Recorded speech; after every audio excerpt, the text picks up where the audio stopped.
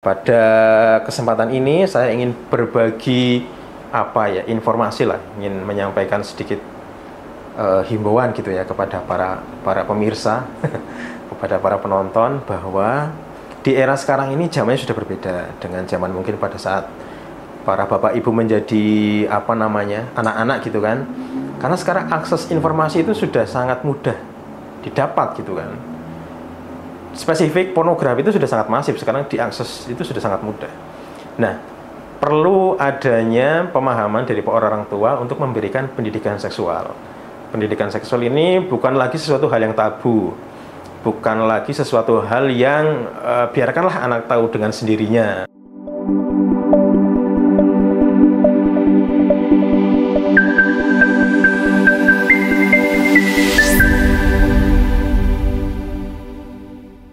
Assalamualaikum warahmatullahi wabarakatuh.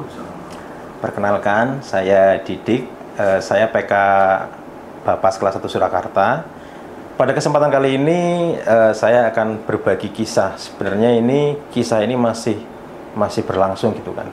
Jadi perkara ini masih belum sampai keputusan, dan perkara ini bisa dikatakan kisah yang cukup miris, dan mungkin banyak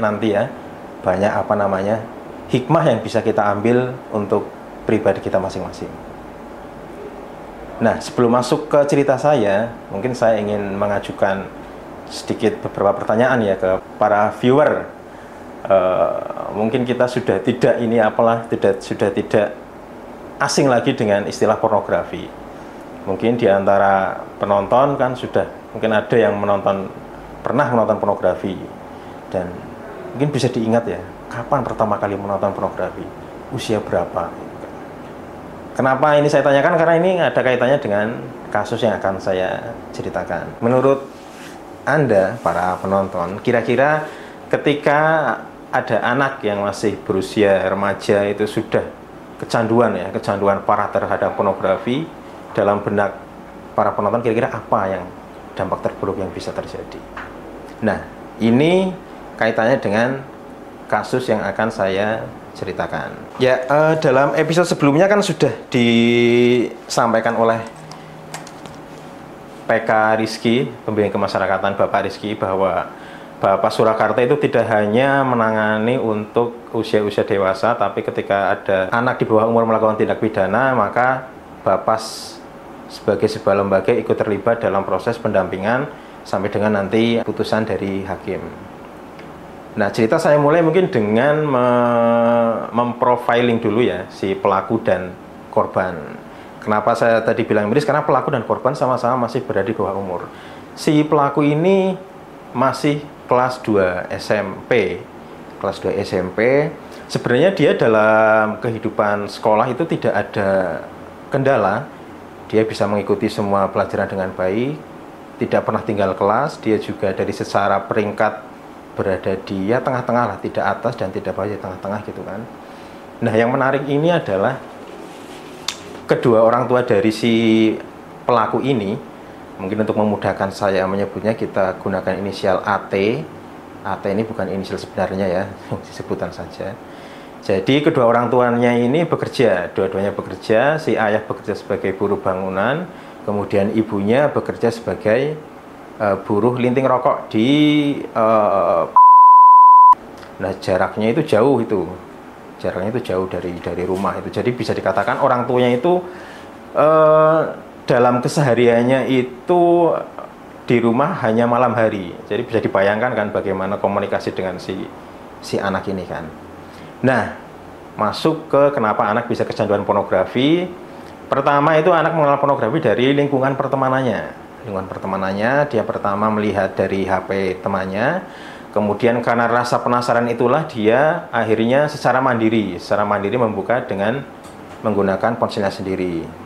Karena merasa penasaran, semakin penasaran, akhirnya semakin banyak ditonton. Namanya pornografi itu kan secara reaksi hormon kan akan mempompa dopamin itu kan. Dopaminnya akan, jadi otak akan terbanjiri dopamin itu kan menimbulkan efek ketagihan. Sama seperti mungkin kalau obat-obatan ya narkoba dan sabu, karena efek dopaminnya akan ketagihan. Jadi semakin lama itu semakin banyak yang ditonton. Bahkan sampai sekali mengakses sampai bisa 20 film seperti itu. Jadi bisa dikatakan ini sudah sampai pada level kecanduan parah. Karena terbayang-bayang itu dia terdorong untuk ingin mempraktekkan apa yang dia tonton dari video-video porno itu. Nah, karena tempat tinggal klien ini orang tuanya jarang sekali berada di rumah, hampir di rumahnya itu malam hari gitu kan. Suatu ketika si korban ini, nah ini yang membuat miris karena korbannya ini masih kelas 3 SD, masih umur 9 tahun, dan ayah dari korban ini, kita sebut saja N ya, korban N ini ayahnya sudah meninggal dunia. Ayahnya sudah meninggal dunia, kemudian ibunya itu merantau sudah 5 tahun tidak pulang. N ini hanya tinggal bersama nenek dan pamannya. N ini sebenarnya memiliki pribadi yang periang, dia senang bermain, jadi selayaknya anak-anak pada umumnya. Nah, kenapa N ini bisa menjadi korban? Karena N ini adalah teman dari adik pelaku, teman dari adiknya si AT ini. Mungkin tidak perlu saya ceritakan kronologinya secara lengkap karena saya juga merinding ya ketika mendengar kronologinya. Jadi intinya si N ini sudah sudah dilakukan pencabulan atau pelecehan seksual oleh AT ini 2 kali. Pertama tanggal 22 Agustus, kemudian yang kedua tanggal 18 September. Pada tanggal 22 Agustus ini, si korban ini sedang mengajak main adik dari si AT ini. Otomatis si korban ini datang ke rumah. Nah, ketika datang ke rumah, posisi si AT ini baru saja selesai menonton video porno. Mungkin hasrat seksualnya sedang tinggi. Nah, kebetulan sekali ini kan. Kebetulan itu kan, seperti dijelaskan oleh Bapak Fadli pada episode pertama, karena kejahatan ini terjadi kan ada kesempatan gitu kan. Jadi di rumah itu memang kedua orang tua dan adiknya itu sedang pergi. Jadi benar-benar cuma si AT sendiri yang kondisi selesai menonton video porno.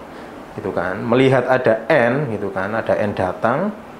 Mungkin karena udah tidak bisa menahan, tidak bisa mengontrol, tidak punya manajemen syahwat gitu kan. Akhirnya langsung didekaplah si anak ini, didekap di kamar mandi. Setelah dibawa ke kamar mandi, terjadilah pelecehan seksual di situ. Itu tanggal 22 Agustus. Nah, karena merasa tidak ada laporan, merasa aman, ketika itu akhirnya berulang lagi pada tanggal 18 September. Sama, adanya kesempatan. Rumah sepi, setelah menonton, dan kebetulan juga si N ini juga sedang mencari adiknya. Gitu kan. Akhirnya adanya kesempatan, langsunglah didekap, langsung dibawa. Kali ini tidak di kamar mandi, tapi diletakkan di kasur. Di kasur, karena N merasa takut dan melakukan pemberontakan yang lumayan keras dan berteriak. Akhirnya pelecehan seksual yang kedua ini sebenarnya tidak seperti yang pertama ya, tidak separah yang pertama, karena si AT ini sudah panik. Karena panik, akhirnya si N ini keluar sambil menangis. Nah, tetangga kan, sebagai tetangga kan, melihat ada anak kecil yang menangis, otomatis kan ditanya, kenapa kamu menangis gitu kan. Setelah itu berceritalah si N ini, setelah bercerita secara lengkap gitu kan, si tetangga ini akhirnya mencoba mengkonfirmasi kepada si AT ini. Sebagaimana pelaku-pelaku kejahatan gitu kan, AT ini berusaha untuk defensif kan, tidak mengakui perbuatannya, tapi lama-kelamaan akhirnya dia mengakui dan berdalih bahwa dia hilaf. Nah, seperti itu. Kemudian tetangga ini melaporkan ke orang tuanya, dalam hal ini adalah neneknya ya. Neneknya kemudian menyampaikan ke pamannya, pamannya otomatis mendidih darahnya itu kan, keponakannya dilecehkan seperti itu 2 kali. Akhirnya sampailah ke unit PPA Polres Surakarta, kemudian dilakukan penyidikan seperti itu. Nah, kita sebagai Bapas, khususnya saya sebagai PK yang diberi amanat itu kan, diberi tugas untuk melakukan pendampingan. Jadi PK ini ketika melakukan pendampingan terhadap kasus anak itu membuat yang disebut laporan penelitian kemasyarakatan. Laporan ini nanti sebagai pertimbangan dari hakim untuk menentukan putusan terbaik bagi anak. Setelah dilakukan proses pembuatan penelitian kemasyarakatan, ini ada hal yang menarik sebenarnya. hal yang menarik adalah ketika saya waktu itu ngobrol dengan Pak RT itu, kan si anak ini, si AT ini, karena orang tuanya berada di rumah hanya pada malam hari, si AT ini setelah selesai sekolah, ini masih SMP, selesai sekolah mungkin sekitar jam 1 jam 2 gitu, dia pulang ke rumah neneknya. Kayak semacam transit dulu lah ke rumah neneknya gitu kan. Nah, di rumah neneknya itu kurang lebih berjarak ya mungkin 3 kilo dari rumah orang tua AT. Nah, menurut Pak RT itu memang ada salah satu warga di rumah neneknya mengatakan anaknya juga pernah menjadi korban dari si AT ini, tapi tidak melaporkan. Berarti ini kan bisa dapat kita simpulkan bahwa sudah ada korban-korban sebelumnya. Nah, ini beruntung berhenti karena apa? Karena ketahuan. Mungkin tidak ketahuan bakal terus karena dia merasa aman gitu kan. Dan dari korban-korban yang ada itu kebanyakan memang di bawah umur. Karena mungkin dia merasa apa ya, memiliki power kan ketika korbannya adalah masih SD, itu kan dia masih bisa mengintimidasi dan sebagainya. Seperti itu. Nah, dibuatlah laporan penelitian kemasyarakatan untuk memberikan pertimbangan kepada hakim nantinya. Di samping itu, akhirnya saya berdiskusi lah karena ini kasusnya kan lumayan agak rumit gitu kan, karena namanya pelecehan seksual gitu kan, apalagi sudah diketahui warga sekitar, bahkan sempat ada rasan-rasan itu ya. Rasan-rasan apa ya bahasa Indonesia ya? Rumor. Rumor. Intinya warga mau mengusir si keluarga ini. Tapi sampai saat ini itu sekedar masih omongan di belakang lah gitu kan. Nah, menariknya lagi, jadi keluarga AT ini memang bisa dikatakan gagal beradaptasi di lingkungan. Jadi tidak pernah ikut kumpulan RT, tidak pernah ikut iuran, jadi bisa dikatakan sangat apatis. Jadi dengan adanya seperti ini memang warga malah mensyukuri gitu kan. Jadi memang ini tantangan juga itu kan untuk bagaimana nanti posisi anak ini gitu kan setelah selesai pidana itu seperti apa. Nah, setelah berdiskusi dengan Ibu Miranti, akhirnya Ibu Miranti menyarankan untuk pertama kan kita harus mengintervensi dulu penyebab terjadinya tindak pidana. Penyebabnya kan pornografi kan. Jadi gimana sih caranya supaya tidak kecanduan? Akhirnya kita berkirim surat lah. Ini mohon maaf saya baca karena panjang sekali ini. Jadi kita berkirim surat ke Dinas Pemberdayaan Perempuan dan Perlindungan Anak serta Pengendalian Penduduk dan Keluarga Berencana atau disingkat DP3 AP2 KB ya. Sangat panjang sekali ini kan. Yang dalam surat itu kami, dalam hal ini Bapas, ini meminta atau melakukan permohonan pendampingan dan layanan medis terhadap si anak ini.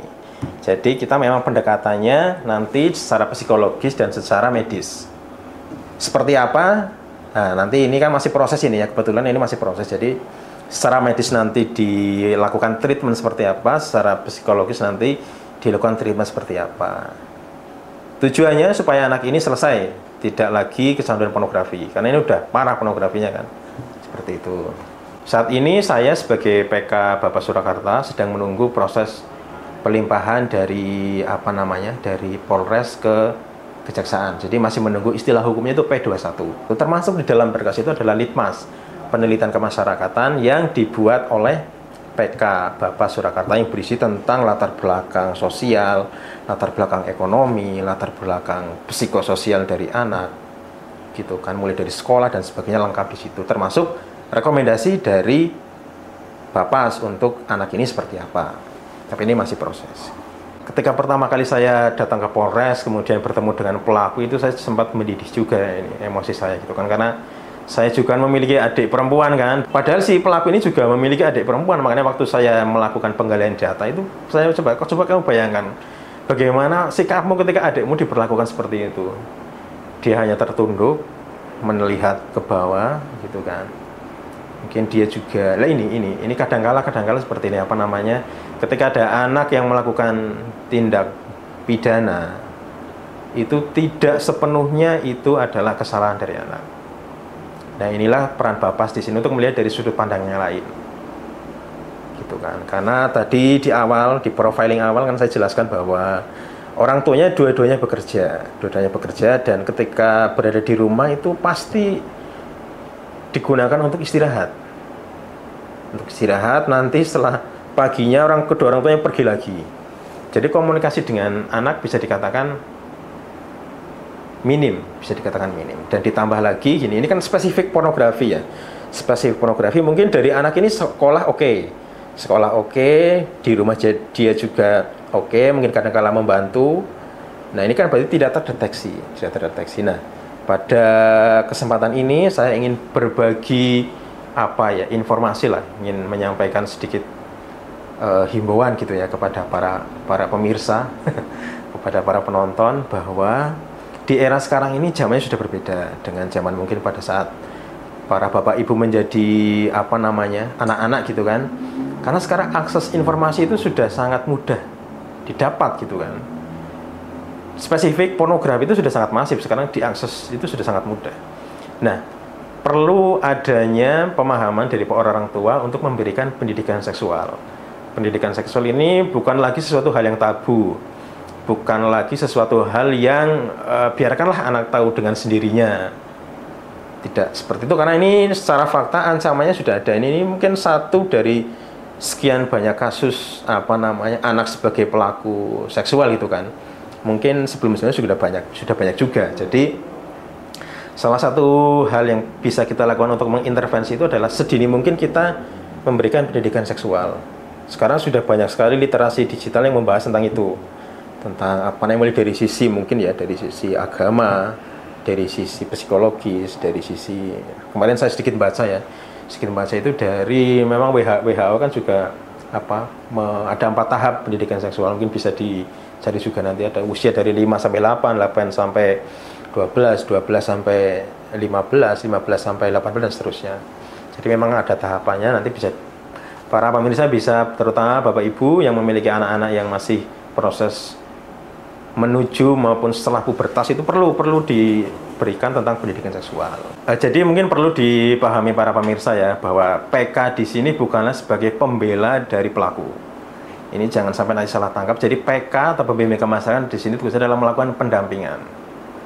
Tujuannya adalah bagaimana, misalkan ya ini secara simpelnya, misalkan ketika proses pidana anak tetap memperoleh pendidikan. Kan itu hak pendidikan ya, tetap memperoleh pendidikan. Kemudian ketika misalkan ditahan, itu anak tetap memperoleh hak-haknya, makan 3 kali, mandi dan sebagainya. Jadi di sini kalau yang dalam skup yang lebih besar lagi, yaitu tugas PK bukanlah membela, tapi bagaimana bersama-sama dengan stakeholder itu bisa memperbaiki masalah yang dihadapi oleh si anak. Itu yang pertama. Terus yang kedua, kita juga berkunjung ke korban, gitu kan, supaya memperoleh informasi yang katakanlah komprehensif gitu ya, yang menyeluruh. Kita juga harus mendatangi korban. Gimana korban dalam kasus ini? Kemarin saya berkunjunglah ke rumah si N ini. Saya ngobrol dengan dengan neneknya dan pamannya, gitu kan, memang mengalami trauma. Bentuk traumanya adalah yang dulunya sering pergi keluar, gitu kan, sering main di luar, sekarang sudah jarang. Kemudian juga ada ketakutan dari si N ini ketika keluar itu bertemu dengan si AT ini, ada ketakutan itu loh, karena sudah pernah dilecehkan gitu kan. Tapi kan memang untuk korban ini sudah ditangani oleh pekerja sosial.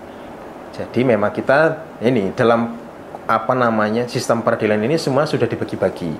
Jadi semuanya tetap ditangani dengan sesuai tugas dan fungsi dari masing-masing lembaga. Nah, untuk korban ini memang ditangani oleh pekerja sosial, termasuk nanti juga mungkin menyembuhkan traumanya gimana dan seterusnya. Nah, kalau PK ini bagaimana si pelaku ini bisa katakanlah kembali lagi lah ke jalan yang benar, dengan tentunya bantuan dari berbagai pihak gitu.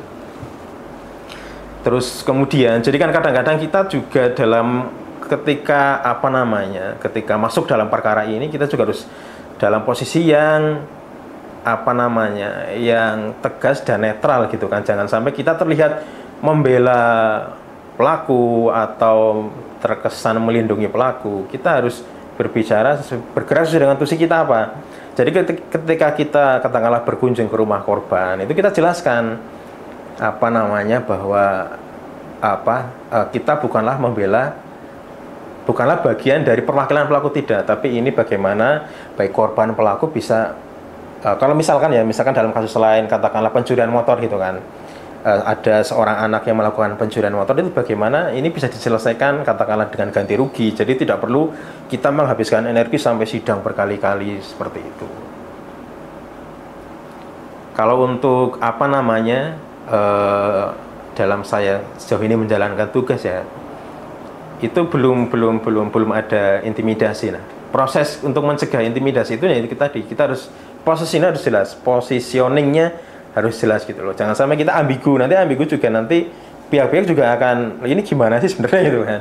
Jadi kita harus tegas posisinya. Kita posisinya di sini, tugasnya ini lah, itu perlunya komunikasi ke semuanya. Kadang kan orang-orang tidak tahu itu Bapas itu apa kan. Jadi perlu kita jelaskan Bapas itu apa gitu kan. Jangan sampai nanti ada salah tangkap dari Bapas yang kita datang dengan maksud baik, karena salah tangkap akhirnya energi kita malah habis untuk ini, untuk apa namanya salah tangkap dari orang-orang ini. Jadi di awal perlu dijelaskan dulu gitu, dengan komunikasi yang baik. Kita juga harus memiliki empati kepada si korban ini. Misalkan kita berkunjung ya, kita katakanlah bahwa karena memang mohon maaf ya, ini si korban ini masih berada di katakanlah level ekonominya menengah ke bawah, ya bisa kita bawakan semacam bingkisan atau snack untuk si anak gitu kan. Jadi kita kan itu kan udah menimbulkan empati dari si keluarga korban ya. Oh, berarti ini Pak PK ini juga peduli dengan korban, seperti itu. Ya banyak lah, mungkin dari nanti ke depannya banyak PK-PK yang bercerita tentang trik, tips dan pengalamannya gitu kan. Nah, kita sudah masuk pada bagian akhir gitu kan. Mungkin sekarang sedikit konklusi yang pertama adalah jangan memandang ketika anak melakukan tindak pidana itu murni kesalahan anak. Itu jangan memandang seperti itu. Karena pasti ada latar belakang yang menyebabkan itu. Dalam kasus ini, spesifik dalam kasus ini pornografi, saya menghimbau kepada para pemirsa, kepada orang tua untuk belajar tentang pendidikan seksual untuk bisa segera diterapkan kepada anak. Karena resikonya sudah ada nih, udah banyak para pelaku pelecehan seksual anak, pelaku anak loh ya ini ya. Pelaku maupun korban. Jadi para orang tua harus belajar dan sedikit demi sedikit menerapkan di keluarganya. Nah, kemudian kalau selanjutnya kasus ini kan masih dikatakan ongoing lah, masih ongoing. Drakor ini masih belum sampai episode penutup.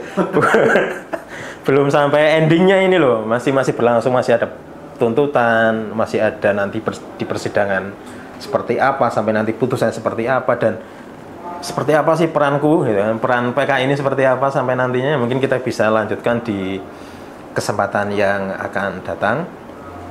Terima kasih sudah mendengarkan ceritaku. Saya Didik, PK Bercerita.